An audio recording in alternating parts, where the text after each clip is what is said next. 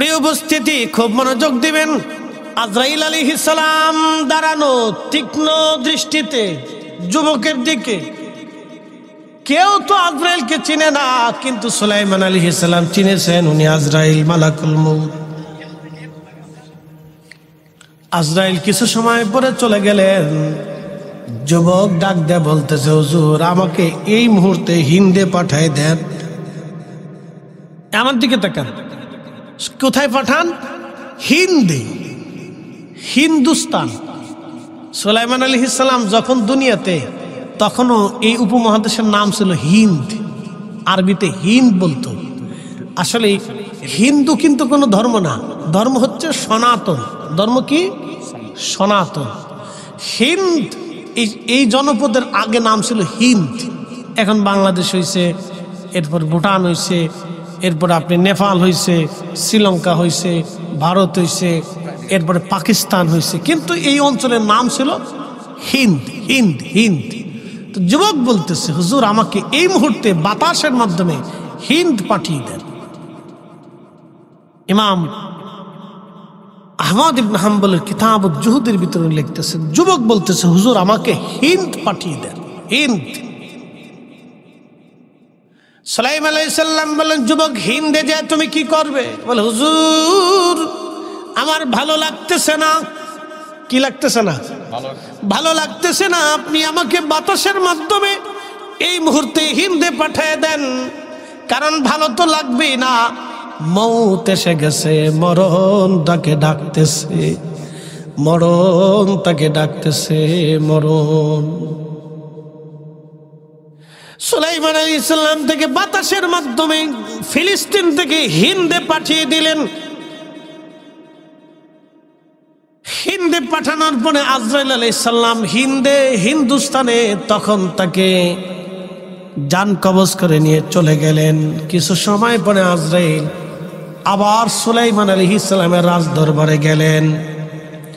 যাবার পরে বলতেছেন, হযরত সুলাইমান বলতেছেন, আজরাইল একটা বিষয় বুঝলাম না, বলবেন কি দয়া করে? বলে, কি বিষয়? বলে, বিষয়টা হলো আপনি একটা যুবকের দিকে তীক্ষ্ণ নজরে তাকিয়েছিলেন, বিষয়টা কি বুঝলাম না। আজরাইল বলেন, হুজুর আমি তীক্ষ্ণ নজরে তাকানো ছিলাম এই জন্য, আমি আল্লাহর লৌহে মাহফুজের মধ্যে লিখিতভাবে লেখা এই যুবকের মরণ হবে হিন্দে, কিন্তু সে তখন বসে আছে ফিলিস্তিনে। আমি আশ্চর্য হয়ে চিন্তায় পড়ে গেলাম, আল্লাহর ডায়েরিতে লেখা মরণ হবে হিন্দে, কিন্তু কিছু সময় পরে তার মৃত্যু হবে হিন্দে, কিন্তু সে বসে আছে ফিলিস্তিনের হযরত সুলাইমান আলাইহিস সালামের রাজ দরবারে। আমি চিন্তিত হয়ে পড়লাম, কি করে সম্ভব? আজরাইল বলতেছে, আমি তখন চিন্তায় পড়ে আশ্চর্য হলাম, কি করে সম্ভব? কিন্তু বিশ্বাস তো ঠিক যে আল্লাহ যেটা লেখছে ওটাই হবে, কিন্তু কিভাবে হবে আমি জানতাম না। একসাথে বলবেন আল্লাহু আকবার। ওই যুবক ফিলিস্তিন থেকে হিন্দে কিভাবে যাবে আজরাইল তখনও জানে না। ফয়সালা কার? আল্লাহ। একসাথে বলতে হবে কার? আমাদের প্রত্যেকটা জীবনের ফয়সালা কার হাতে? আল্লাহ, আল্লাহর হাতে। এটা আপনাকে খুবই ইয়াকিনের সাথে, মানে দৃঢ়তার সাথে আপনাকে বিশ্বাসে পরিণত করতে হবে। খুব দৃঢ়তার সাথে দেখে বিশ্বাস করবেন, তাহলে আপনি মুসলমানের স্বাদ নিতে পারবেন। মাঝে মধ্যে পেরেশানি হন, চিন্তিত হন, এটা সেটা, এগুলি করা লাগবে না। চিন্তা মুক্ত থাকবে। হাজরাতে সুলাইমান আলাইহিস সালাম ডেকে বলতেছে, আজরাইল তারপরে কি? বলে, হুজুর বাতাসের মাধ্যমে আপনি হিন্দে যখন তাকে পাঠাইলেন, নামানোর সাথে সাথে আমি তার জান কবজ করলাম। জান কবজ করে আল্লাহর দরবারে পাঠাই দিয়ে আমি আপনার রাজ দরবারে এসে হাজির হয়ে গেলাম, আপনার সাথে সাক্ষাৎ করলাম। এটা হলো আল্লাহর ফয়সালা। ওয়ামা তাদরি নাফসুম বিআইয়ি আরদিন তামুত। বান্দা কোন জায়গা কোন হালতে মারা যাবে আল্লাহ সারা কেউ জানে না। জিন্দেগি তোর যাইরে ফাঁকি দিয়া রে সোনার আদম, জিন্দেগি তোর যায় ফাঁকি দিয়া। ও আদমরি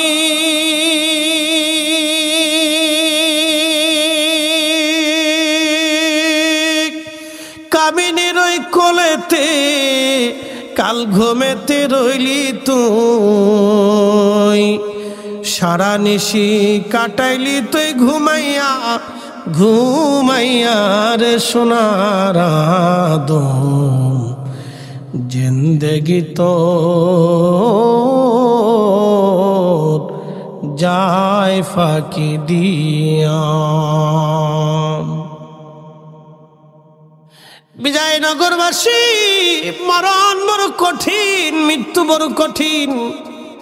মৃত্যু আসবে সুম্মা তুরাদ্দুনা ইলা আলিমিল গায়বি ওয়াশ শাহাদাত। মরণ আসবে, দেখা করবে আল্লাহ, আপনাকে আমাকে নিয়ে যাবে আল্লাহর দরবারে। আহা, আল্লাহর নবী ডাক দিয়ে বললেন, সাহাবীরা রে, মরণটা বড় কঠিন হবে। দুই ধরনের মরণ হবে, একটা সহজ মরণ আর একটা কঠিন মরণ। যারা কাফির, যারা নাফরমান, তাদের মরণ হবে বড় ভয়াবহ। আল্লাহর নবী বললেন, একটা উট বিনা জবাই ছাড়া ওই জীবন্ত হালতে উটের চামড়া যদি আপনি উঠাইয়া উঠাইয়া উঠাইয়া উঠাইয়া জীবন্ত চামড়া উঠাইয়া যদি আপনি চামড়া একেবারে সিলে ফেলে দেন, ওই উটের যত কষ্ট হয়, আবার চামড়া হবে, আবার আপনি উটের চামড়া জীবন্ত উঠাবেন, আবার চামড়া হবে, আবার আপনি জীবন্ত উটের চামড়া উঠাবেন। এইভাবে একবার না, দুইবার না, 100 বার চামড়া উঠাইলে যত যন্ত্রণা হয়, নাফরমানদের মৃত্যুটা তার চাইতেও ভয়াবহ যন্ত্রণা হবে। শুধু এতটুকুন বুঝে যাবেন, নাফরমানদের মৃত্যু কত কঠিন, কত ভয়াবহ, কত ভয়াবহ, কত ভয়াবহ। ঈসা রুহুল্লাহ আলাইহিস সালাতু ওয়াস সালামের উম্মতরা এসে বলল, নবী গো, আপনি হযরত নূহ নবীর বেটা হামকে জিন্দা করিয়া আমাদেরকে তার সাথে একটু কথা বলাই দেন, কারণ আমরা শুনছি হামের কবর বলে এখানে। ঈসা নবী তাদেরকে নিয়ে চলে গেলেন একটা টিলার কাছে। টিলা তো চিনছেন, পাহাড় থেকে ছোট একটা টিলা।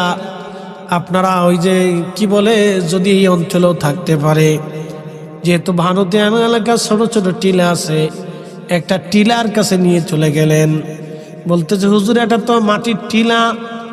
হযরত ঈসা নবী বললেন, না, মাটির টিলা না, এটা হযরতে হামের কবর। নূহ নবীর 3টা বেটা ছিল, 4টা বেটা ছিল, হাম, সাম, ইয়াফেস এবং কেনান। হাম, সাম, ইয়াফেস, কেনান। কেনান নাফরমানের কারণে মহাপ্লাবনে পানির মধ্যে ডুবে মারা গেল। 3টা বেটা তার, হাম, সাম, ইয়াফেস। হাম, সাম, ইয়াফেস। হামের বংশধর হলো আরবরা, সামের বংশধর হলো অনারবরা। আমরা জানা আছি ইউরোপ, এশিয়া, আমেরিকা। সামের বংশধর, ইয়াফেসের বংশধর হলো আফ্রিকানরা। ইয়াফেস কালো ছিল, ইয়াফেসের বংশধর হলো আফ্রিকানরা। আফ্রিকার সমস্ত মানুষ হলো ইয়াফেসের বংশধর। ইয়াফেস ছিলেন সুদানে, চলে গেলেন। উনি বর্তমান সুদানে যে বাড়ি করেছিলেন।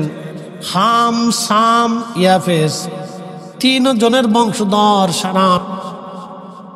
বলতেছে, হযরত হাম, আপনি একটু বলেন তো, আপনার আব্বার মহাপ্লাবন হয়েছিল বলে? হ্যাঁ, মহাপ্লাবনে আমি আব্বাজানের সাথেই ছিলাম। হাজরাতে ঈসা নবী ডাক দিয়ে বললেন, আল্লাহর নবীর বেটা হাম, জবাব দেন, আপনার ইন্তেকালের সময় আপনার চুল দাড়ি কি কাঁচা ছিল না সাদা ছিল? হযরতে হাম বললেন, আল্লাহর নবী, আল্লাহ রসুল, আমার ইন্তেকালের সময় আমার চুলও পাকে নাই, দাড়িও পাকে নাই, আমার চুল দাড়িগুলি কাঁচা ছিল। তবে আপনার চুল দাড়ি এখন সাদা কেন হয়ে গেল? কথাটা খুব মনোযোগের সাথে শুনবেন। হযরত হাম বলতেছিল, হুজুর, ইন্তেকালের সময় আমার চুল দাড়িগুলি কাঁচা ছিল, সাদা ছিল না। হযরত ঈসা নবী জিজ্ঞেস করলেন, আল্লাহর নবীর বেটা হাম, তাহলে আপনার চুল দাড়িগুলো সাদা কেন হয়ে গেল? তখন হাম বলতেছিল, হুজুর, আপনি যখন আমাকে ডাক দিলেন কুম বিজনিল্লাহ বলে, তখন আল্লাহ আমাকে জিন্দা করাইলেন, কবর থেকে আল্লাহ আমারে উঠাইলেন। আমি ভেবেছি হাসরের মাঠ বুঝি কায়েম হয়ে গেছে। আমার ওই চিন্তায় আমার চুল দাড়িগুলি সাদা হয়ে গেছে। আল্লাহু আকবার, একসাথে বলবেন কি আল্লাহু আকবার। হুজুর, হাসরের ভয়ে, কঠিন হাসরের ভয়ে ডরে আমি হামের চুল দাড়িগুলি সাদা হয়ে গেছে। ওগো আল্লাহর রাসূল ঈসা রুহুল্লাহ, আমার চুল দাড়িগুলি আল্লাহর ভয়ে সাদা হয়ে গেছে। চিন্তায় পড়ে গেলাম, কবর থেকে আল্লাহ হাসরে উঠাই নিল, এই ডরে আমার চুল দাড়িগুলি সাদা হয়ে গেছে গো নবী। আমার ইন্তেকালের সময় চুল দাড়িগুলি সাদা ছিল না। শ্রেষ্ঠ নবী দিলাম রে তরিয়ে নিতে রোজ হাসরে, পথ না ভুলি তাই তো দিলে, পথ না ভুলি তাই তো দিলে, পাক কুরআনের বাণী খুদা তোমার মেহেরবানি। আল্লাহ নবী বলেন, উম্মতে, মৃত্যু বড় কঠিন। যখন বান্দার মৃত্যু হবে, আর যদি নেককার হয়, তাহলে তার মরণটা বড় আসানের সাথে হবে। আল্লাহর আজরাইল নরম সুরত নিয়ে আসবে, একেবারে সাধারণ সুরত নিয়ে এসে তাকে ডাকবে, ইয়া আইয়াতুহান নাফসুল মুতমাইন্না তুরজিই ইলা রাব্বিকি রাদিয়াতাম মারদিয়া ফাদখুলি ফি ইবাদি ওয়াদখুলি জান্নাতি। হে নফসে মুতমাইন্না, প্রশান্ত আত্মা, তুমি দুনিয়াতে মারামারি করো নাই, কাটাকাটি করো নাই, রক্তপাত করো নাই, বিশৃঙ্খলা করো নাই, অন্যায় করো নাই, জুলুম করো নাই। আমি খোদার নামাজ তুমি ছেড়ে দেও নাই, আইন ছাড়ো নাই, রোজা ছেড়ে দেও নাই, হজ ছাড়ো নাই, যাকাত ছাড়ো নাই। এ নফসে মুতমাইন্না, প্রশান্ত আত্মা, ইরজিই, তুমি আমি আল্লাহর দিকে চলে আসো। ইরজিই ইলা রাব্বিকি রাদিয়াতাম মারদিয়া, আমি আল্লাহর সন্তুষ্টির দিকে তুমি চলে আসো। ফাদখুলি ফি ইবাদি ওয়াদখুলি জান্নাতি, তুমি আমার ইবাদত গুজার বান্দা, আমার বন্ধু প্রিয়, তোমাদের সাথে তুমি জান্নাতে চলে যাও, জান্নাতে চলে যাও, জান্নাতে চলে যাও। এজন্য আল্লাহর ওলিদের কবর রওজা হয়ে যায়, ওলিদের কবর রওজা হয়ে যায়, আল্লাহর পছন্দের ব্যক্তিদের কবর রওজা হয়ে যায়। রাউজাতুম মিন রিয়াজিল জান্নাহ, আল কবরু রাউজাতুম মিন রিয়াজিল জান্নাহ। কারো কারো কবর জান্নাতের বাগান হয়ে যায়। একসাথে জোরে বলবেন কি সুবহানাল্লাহ। আচ্ছা, উম্মতের কবর যদি রওজা হয়, তাহলে আমার রসুলের কবর কি হবে? জোরে বলেন। হ্যাঁ, কিন্তু আমার দেশে একদল আছে বুকে হাত বেঁধে নামাজ পড়ে। মাফ করবেন, এই দলে যদি কেউ থেকে থাকেন সেটা আপনার ইচ্ছা, না থাকুক, থাকতে পারে, মতের স্বাধীনতা আছে। বাংলাদেশ এখন স্বাধীন হয়ে গেছে, এমন স্বাধীন হয়েছে যে রিক্সাওয়ালারা বিমানবন্দরে চলে যায়। বুঝতে পারছেন? বিশ্ব রোড দিয়ে রিক্সা চলে এখন, ট্রাকের সাথে পাল্লা দেয়, মাঝে মধ্যে খুব বিপদ। বেশি স্বাধীনতা আবার ভালো না। সব স্বাধীনতা সব স্বাধীনতা না। চোরে এসে আপনার ঘরে চুরি করে, এটা কি স্বাধীনতা? কি কথা কর না কেন, এটা স্বাধীনতা না। পুলিশ প্রশাসন যদি দুর্বল হয় তাহলে চোরের সুবিধা পাবে, হিসাব আছে। এই জন্য মেসিং করতে হয়, মেসিং ছাড়া চলে না। আইন শৃঙ্খলাকে শক্ত অবস্থানে আনতে হয়, নতুবা বিপদ আছে, খুন খারাপি বাড়বে, চুরি ডাকাতি বাড়বে। তো খুব মনোযোগ দিয়ে, স্বাধীন বাংলাদেশে মত প্রকাশের স্বাধীনতা থাকতে পারে, আপনার হতে পারে, কিন্তু এখন আপনাকে প্রশ্ন করি, জবাব দিবেন। তো তারা বলেন রসুলের কবরকে কবরই বলতে হবে, রওজা বলা যাবে না। নবী নিজে বলেছেন আমার উম্মতের কবর রওজা হয়ে যায়। একসাথে বলবেন আল্লাহু আকবার। উম্মতের কবর কি হয়ে যায়? আল্লাহ নিজে বলছেন ফাদখুলি ফি ইবাদি ওয়াদখুলি জান্নাতি, তার কবরটা জান্নাত হয়ে যাবে। একসাথে বলবেন আল্লাহু আকবার। কোরআন বলতেছে কবর জান্নাত হবে, পৃথিবী উল্টে যাবে, আল্লাহর সিদ্ধান্ত চেঞ্জ হবে না। আল্লাহর ফয়সালাই হচ্ছে চূড়ান্ত ফয়সালা, আল্লাহ রসুলের ফয়সালা হচ্ছে চূড়ান্ত ফয়সালা। তো দোনোজনের ফয়সালা এক, উম্মতের কবর রওজা হয়ে যায়। আরে উম্মতের কবর যদি নবীর কারণে রওজা হয়, নবীর উপর ঈমান আনার কারণে যদি উম্মতের কবর রওজা হয়, তো রসুলের কবর কি হবে আপনি নিজেই বুঝেন। এটাকে রওজা বললে বেদাত হবে। এই বাক্য যে উচ্চারণ করে আসলে সে নিজেই ঈমানদার হতে পারে নাই। কথা বলে ঠিক কিনা? তার ঈমানের অনেক ঘাটতি আছে, কোরআন হাদিসের বুঝের অনেক ঘাটতি আছে। এই জন্য হাদিস পড়লেই মুহাদ্দিস হওয়া যায় না, মাদ্রাসায় পড়াইলে বড় শিক্ষক হওয়া যায় না, এলেম অর্জন করলেই আল্লাহর প্রিয় পাত্র হওয়া যায় না। রিকশাওয়ালা আল্লাহর প্রিয় পাত্র হতে পারে যদি তার দিলের ভিতরে ইয়াকিন এবং ইখলাস দৃঢ় থাকে। বেলাল এক কলমও জীবনে লিখতে পারতেন না, কিন্তু দেখেন ঈমানের দৃঢ়তার জন্যে, হুব্বে রাসূলের জন্যে হযরত বেলাল রাসূলের মসজিদের মুয়াজ্জিন হয়েছেন। শুধু মুয়াজ্জিন না, পৃথিবীর যত মুয়াজ্জিন আছে, পৃথিবীর যত মুয়াজ্জিন কিয়ামত পর্যন্ত হবে, মেহশরের মাঠে হযরত বেলালের পিছনে দাঁড়াইতে হবে। সুবহানাল্লাহ। জোরে জোরে বলেন, জোরে বলেন। খালি লেখাপড়া হইলেই আশিক রাসূল হওয়া যায় না বাবাজি, একটু দিল লাগে।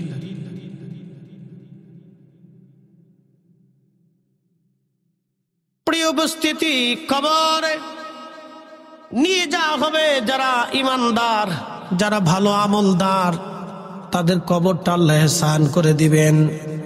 তাদের মৃত্যুটা এতই নরম ভাবে হবে, আল্লাহর নবী বললেন মায়ের কোলের মধ্যে বাচ্চা দুলিয়ে দুলিয়ে মা যেমন করে ঘুম পাড়ায় দেয়, আল্লাহ বুজুর্গদের মৃত্যুটা ওই রকম মার কোলে ঘুমাইলে যেমন মন ঘুমায়, সে বুঝতে পারে না কেমন করে ঘুমিয়েছে।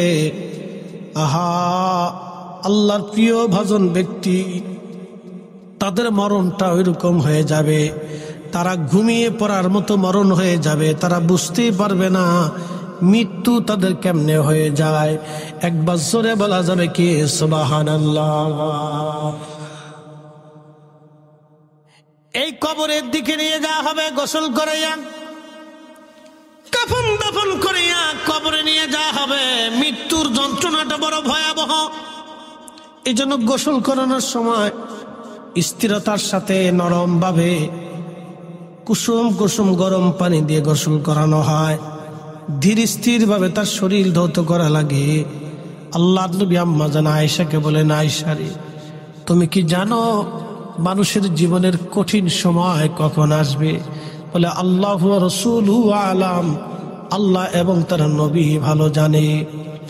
আম্মা জান আয়েশাকে নবী বললেন, আয়েশা রে, মৃত্যুর পরে যখন তাকে গোসল করতে নিয়ে যাওয়া হয়, শরীরে পানি ঢালা হয়, সে কিছুই বলতে পারে না, কিন্তু উপলব্ধি আসে, রুহু কাঁদে আর বলে সন্তানদারে একটু দেরি করলে না, আমার কবরটা জাহান্নামের গোত্র হয়ে গেছে, আমার এত তাড়াতাড়ি গোসল দেওয়া বিদায় দিচ্ছ। মৃত্যু হয়ে যাওয়ার পরে ঘর থেকে খাটিয়ে করে উঠানের সামনে আপনাকে নামানো হবে। আহারে, যে দামি ঘরের মধ্যে আপনি ছিলেন ওই ঘরের মধ্যে আর আপনাকে রাখা হবে না, আপনাকে বের করে নিয়ে আপনার উঠানের সামনে রেখে দেওয়া হবে। কাপড় দিয়ে, চাদর দিয়ে, বিছানার চাদর দিয়ে আপনাকে ঢেকে দেওয়া হবে। আহা, গোসল করায় রাখা হবে জানাজার জন্যে। সবাই আসবে, সন্তান আসবে, 24 ঘন্টা পার হবে না। কারণ মানুষ মারা যাওয়ার পরে 24 ঘন্টা পরে তার পায়খানা রাস্তা দিয়ে একটা পোকা বের হয়। এই পোকাটা দেখা যায় না, সমস্ত শরীরের মধ্যে ছড়িয়ে পড়ে, গন্ধ বের হতে থাকে পোকার ভিতর থেকে। 24 ঘন্টা পরে মানুষের শরীর কিন্তু ফেটে যায় না, পায়খানা রাস্তা দিয়ে পোকা আসে, এই পোকাটা সামাম শরীরের মধ্যে ছড়ায় যায়। কিন্তু যারা ইমানদার আল্লাহর ওলি, তাদের ইন্তেকালের পরে 24 ঘন্টা কেন 24 বছরেও ওই পোকা বের হয় না। একবার জোরে বলা যাবে কি আল্লাহু আকবার? বহু প্রমাণ আছে, বহু প্রমাণ আছে। 24 বছর কেন, 24,000 বছরেও তাদের শরীর থেকে পোকা আসবে না। কিন্তু ওই পোকা আসে, তামাম শরীর ছড়িয়ে যায়, গন্ধ বের হয়। সন্তানরা বলবে তাড়াতাড়ি করে বাবারে কবর দিয়ে দাও, গ্রামবাসী বলবে তাড়াতাড়ি কবর দাও, এই তো গোরস্থানে কত মানুষের জায়গা হয়ে গেল। আহা, আগামী দিন কার জানি জন্য জায়গা হবে আমাদের জানা নাই। প্রিয় বিজয়নগরবাসী, খুব মনোযোগ দিয়ে কথাগুলি শুনবেন। নবীজি বলেন, উম্মত রে, তাকে গোসল করাইয়া জানাজার জন্য দাঁড়ানো হলো। কবরে নিয়ে যাওয়ার সময় এসে গেল। খাটিয়ার মধ্যে করে যখন কবরে নিয়ে যাওয়া হয়, রুহু কাঁদে আর বলে, সন্তান রে, সন্তান রে, সন্তান, দেরি কি আর করলাম না রে বেটা? 60টা বছর তোমাদের জন্য পরিশ্রম করে বাড়িঘর রেখে গেলাম, আজ এই বাড়ি থেকে আমার এত তাড়াতাড়ি বিদায় দিচ্ছ, কিন্তু করার আর কিছুই নাই। কবরের মধ্যে নিয়ে যাওয়া হবে। ওই রুহু মনে করবে বুঝি আমার সাথে এরা আমার সঙ্গে হয়ে যাবে। আহা, এমন একটি স্থানে আপনাকে একা রেখে চলে আসবে। নবীজি বললেন, কবরে 2 জন নামবে, 2 জন নেমে কবরের ভিতরে রেখে আসবে। কিন্তু আজকে একটা মাসালা জেনে যাবেন, আল্লাহ নবী কোন সাহাবীরে কবরে নামানোর আগে ওই সাহাবীর পরিবার পরিজনরে ডাকতেন, ডেকে বলতেন, বলো সে কি কারো কাছে কোনো ঋণ আছে কিনা বলো। বলতো, হুজুর অমুক অমুক জায়গায় ঋণ আছে। নবীজি তাদেরকে ডাকতেন, তোমরা আসো, ঋণ বলে পাও না বলে, হা হুজুর ক্ষমা কি করে দিবা? কেউ ক্ষমা করতো, কেউ বলতো না ক্ষমা করা যায় না, আমার তার কাছে পাই পরিমাণে অর্থ। আল্লাহ নবী ধনী সাহাবীদেরকে ডেকে বলতেন, সাহাবীরা রে, তোমরা এই সাহাবীর ঋণগুলি পরিশোধ করে দাও, কারণ ঋণ দিয়ে তারে কবরে পাঠানো যাবে না। কারণ হকুল্লাহ, নামাজ পড়ে নাই, আল্লাহ মাফ করে দিবে, কিন্তু বান্দার হক যেটা নষ্ট করছে এটা আল্লাহ মাফ করবে না। বান্দা ক্ষমা না করা পর্যন্ত, বান্দা ক্ষমা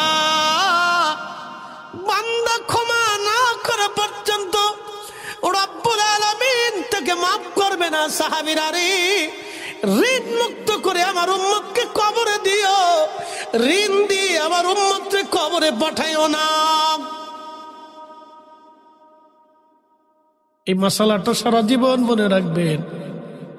বাবারে কবরে দেওয়ার আগে বাবার ঋণ পরিশোধ করে কবরে পাঠায়,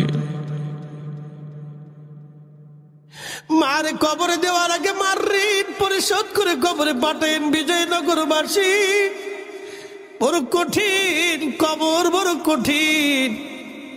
নবীজি বললেন, 2 জন কবরের ভিতর থেকে বাঁশ দিয়ে উঠে চলে আসে, রুহু কাঁদতে থাকে, আরে সবাই বিদায় নিয়ে চলে যাচ্ছে। আজ মাটি দিয়ে সমস্ত মানুষগুলি চলে আসে।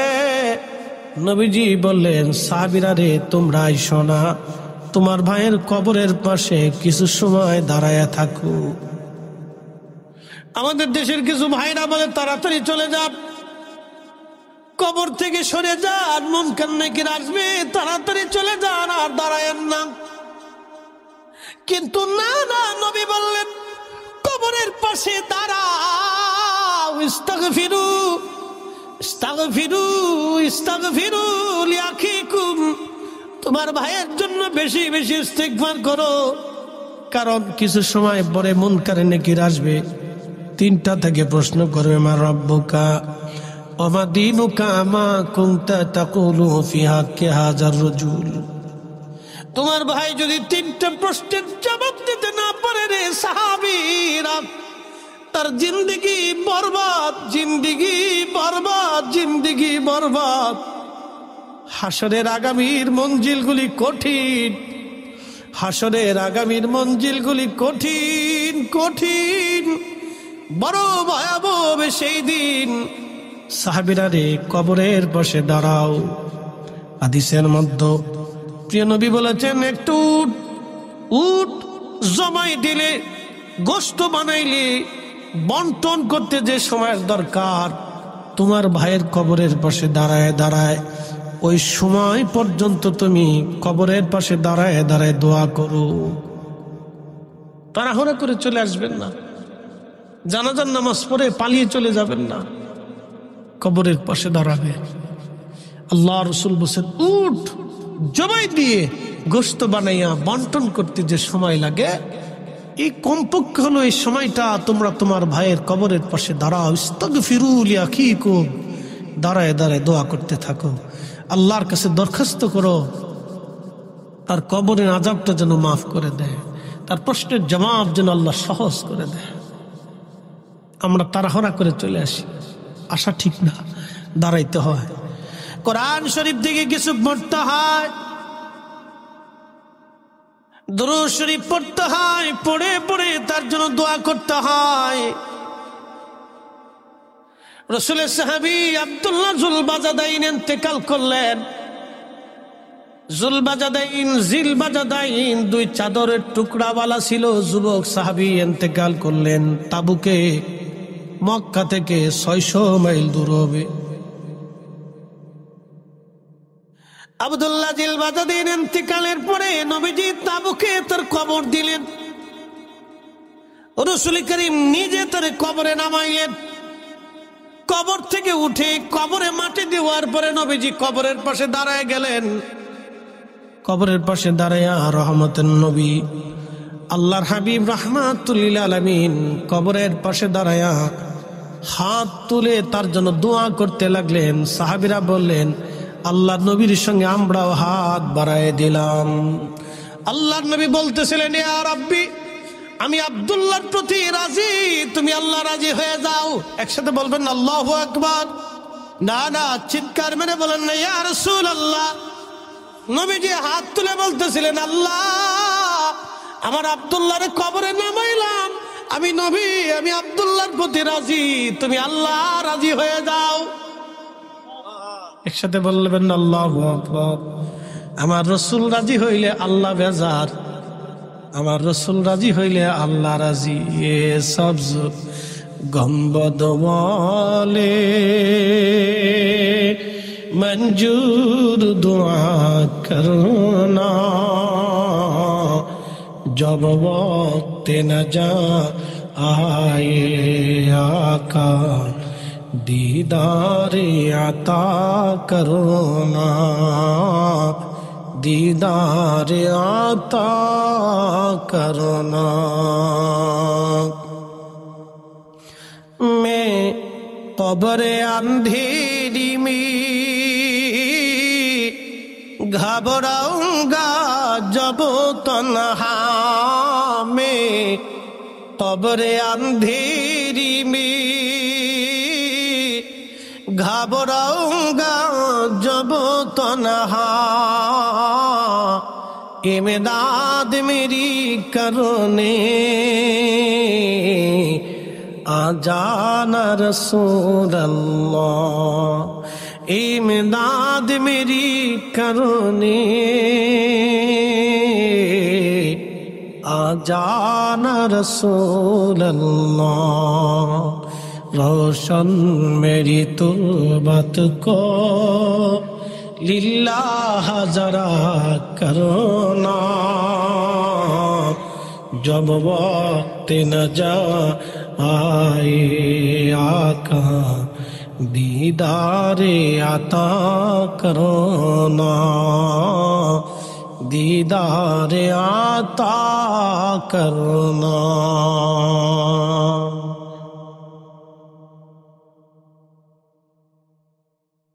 এই জন্য কবর থেকে তাড়াহুড়া করবেন না, পাশে গোরস্থান মা বাবার কবরের পাশে দাঁড়াবেন, জিয়ারত করবেন। প্রিয় উপস্থিতি, এটা অনেক বড় কঠিন জায়গা। যদি আখিরাতে বিশ্বাস করে থাকেন, মায়ের কবরের পাশে দাঁড়াবেন। বলে হুজুর আমার লাভ কি? এক হাদিস আসছে, যে সন্তান মার কবরের পাশে দাঁড়ায় জিয়ারত করে, আল্লাহ তার আমলনামায় কবুল ওমরা হজের নেকি লিখে দেয়। দাঁড়ানো যাবে না? ইনশাল্লাহ দাঁড়াবেন। বাড়িতে তলবে ইলমদেরকে ডেকে নিয়ে কোরআন খতম দিবেন।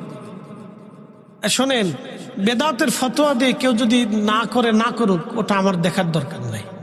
কথা ঠিক কিনা? আমার ঝগড়ারও প্রয়োজন নাই। আপনি নিজে করেন। বাড়িতে তলবে ইলমদেরকে ডেকে নিয়ে যাবেন, কোরআন খতম দিবেন, তারপরে মিলাদ শরীফ পড়ে দোয়া পড়াবেন। হুজুর কেন? খাদিম রসুল হযরত আনাস, খাদিম রসুল, আহা এই লোকবার পৃথিবীতে কারো নসিব হবে না। 10টা বছর আল্লাহ রসুলের খেদমত করেছেন। এই যুবক বালক ছিলেন, 10 বছর থেকে খেদমত শুরু করছেন। টানা 10 বছর খেদমত করছেন। নবীজির ওযুর পানি, খাবার, মেশক, জায়নামাজ থেকে শুরু করে আম্মাজানদের পরিবারের বাজার সদস্য হযরত আনাস রাদিয়াল্লাহু আনহুর ভিতরের বাহিরের খাদেম ছিলেন। এই নসিব আর কারোর জীবনে হবে না। আল্লাহু আকবার! এত বড় বুলন্দ নসিবের অধিকারী ছিলেন এই সাহাবী খাদিমুর রাসূল। ওনার আমল ছিল সারা রাত উনি আল্লাহর ইবাদতে কাটাইতেন। তো সারা রাত কোরআন শরীফ পড়তেন, বৃদ্ধ বয়সে কোরআন পড়তেন। ওনার 100-র মতো সন্তান ছিল। নাতি নাত করে দিয়ে 200-300 হইব। সুবহানাল্লাহ কইলেন না? কত ছিল? 100-র মতো খালি সন্তানই ছিল। নাতি নাত করে দিয়ে 200-300, 400-500 এরকম হইব। তো কোরআন খতম দিয়ে উনি 2-1 পারা রেখে দিতেন। তাহাজ্জুদ পড়ে, ফজর পড়ে মসজিদ থেকে বাড়ি যাইতেন। নাতি নাতকুর, সন্তান আদি পুত্রজন সবাইকে ডাকতেন, ডেকে বাকি 1 পারা তেলাওয়াত করে সবাইকে নিয়ে দোয়া করতেন। আর বলতেন, ও আমার সন্তানরা, আমার বংশধরেরা, তোমরা শোনো, আমি আমার মাসুকের জবান থেকে শুনছি, আমার রসুল বলতেন কোরআন খতমের পরে যেই দোয়া হয়, এই দোয়া আল্লাহর কাছে কবুল হয়ে যায়। আরো জোরে বলেন। তাহলে কোরআন খতম হবে? কথা কন না কেন? বাড়িতে কোরআন খতম হবে? সাহাবী রাসূল কোরআন খতম দিয়া সন্তানদের নিয়ে দোয়া করতেন। আলী বেদাত করে খালি শিক্ষার মার, ওগুলি বাদ দেন। যে করে করুক, না করে না করুক, এটা তার বিষয়। আপনারা বাড়িতে বাবা মার কথা নিয়ে কোরআন খতম দেন। হুজুর কারণ কি? শেষ বলে দিচ্ছি। আচ্ছা বলেন তো, আব্বা আম্মার ঋণ শেষ করতে পারছেন আপনারা কেউ? হ্যাঁ, আমার এই আব্বাজির বয়স 90 বছর। ওনাকেও যদি জিজ্ঞেস করি, বাবারে আপনি কি আব্বা আম্মার ঋণ শোধ দিতে পারছেন? উনি বলবেন না, তা পারিনি। তাহলে কি করবেন? উপায় কি হবে? যদি আল্লাহ কিয়ামতের ময়দানে ডাক দেয়, ফরিদি তুমি তো অনেক ওয়াজ করছো, কিন্তু তুমি তোমার পিতামাতার নাফরমান সন্তান, তাদের হক আদায় করতে পারো নাই, তা আমার ওয়াজের জিন্দিগি শেষ। ইমাম সাহেবের ইমামতি শেষ।